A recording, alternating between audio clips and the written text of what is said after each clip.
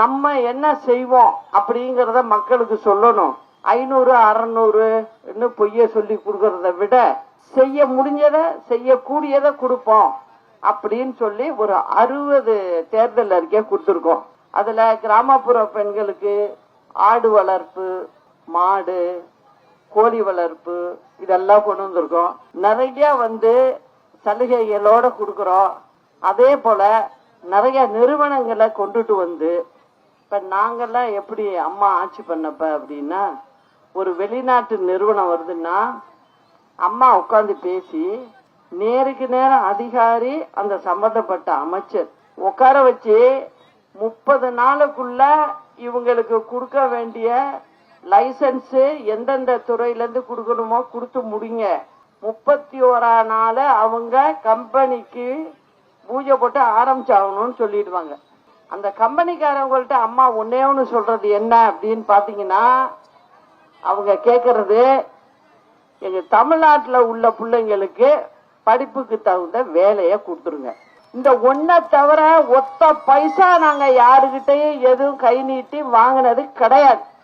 இப்ப என்ன பண்றாங்க, இவங்க ஒரு கம்பெனி வருதுன்னா எவ்வளவு தருவீங்க? நம்ம ஊரு பிள்ளைங்களுக்கு 500 600 பேருக்கு வேலை கிடைக்குதேன்னு இல்ல, இப்படி கேக்குறாங்க.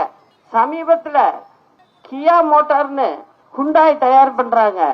அவங்களுடைய துணை நிறுவனம் தான் கியாங்கிற வண்டி தயார் பண்றது. அவங்க தமிழ்நாட்டுக்கு வரணும்னு ஆசை அவங்களுக்கு.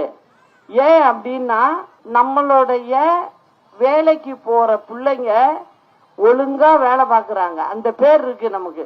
எல்லா கம்பெனிக்காரங்களும் சொல்லுவாங்க, தமிழ்நாட்டுல உள்ளவங்க வேலைக்கு வர்றவங்க அவங்க வேலை உண்டு வெட்டி உண்டு கரெக்டா செய்யறாங்க, எங்களுக்கு எந்த வித பிரச்சனையும் இல்ல அப்படின்னு சொல்றாங்க. அதனால அவங்க ஆசைப்பட்டு இங்க வர்றதுக்கு நான் வச்சுட்டு போனாலும் என்னென்னமோ கேட்டு திருப்பி திமுக அரசாங்கம் வந்தது. திமுக அரசாங்கமும் ஏதோ கேட்டிருக்கு. உடனே பார்த்தா அவங்க கும்பிடு போட்டுட்டு ஆந்திராவுக்கு போயிட்டாங்க. இப்ப அது இங்க இருந்தா ஒரு 1000 பேருக்கு வேலை கிடைக்கும். அதையும் கெடுக்கிறாங்க இவங்க, இந்த மாதிரி செய்யறாங்க.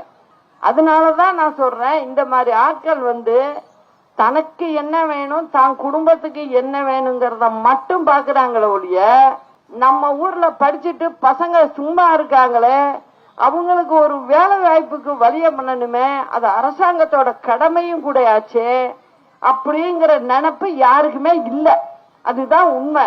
அதனாலதான் இங்க கம்பெனிங்க வரமாட்டேங்குது. இப்ப